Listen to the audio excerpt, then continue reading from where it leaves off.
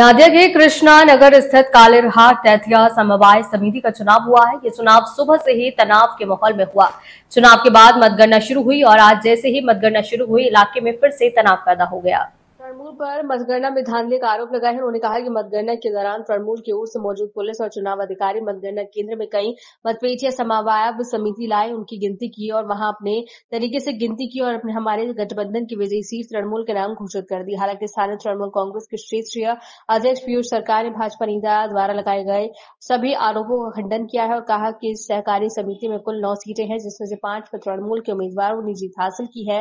उन्होंने ये भी कहा कि इस सहकारी चुनाव में सीपीएम और बीजेपी के गठबंधन किया था, लेकिन लोगों में ममता बनर्जी पर ज्यादा भरोसा जता।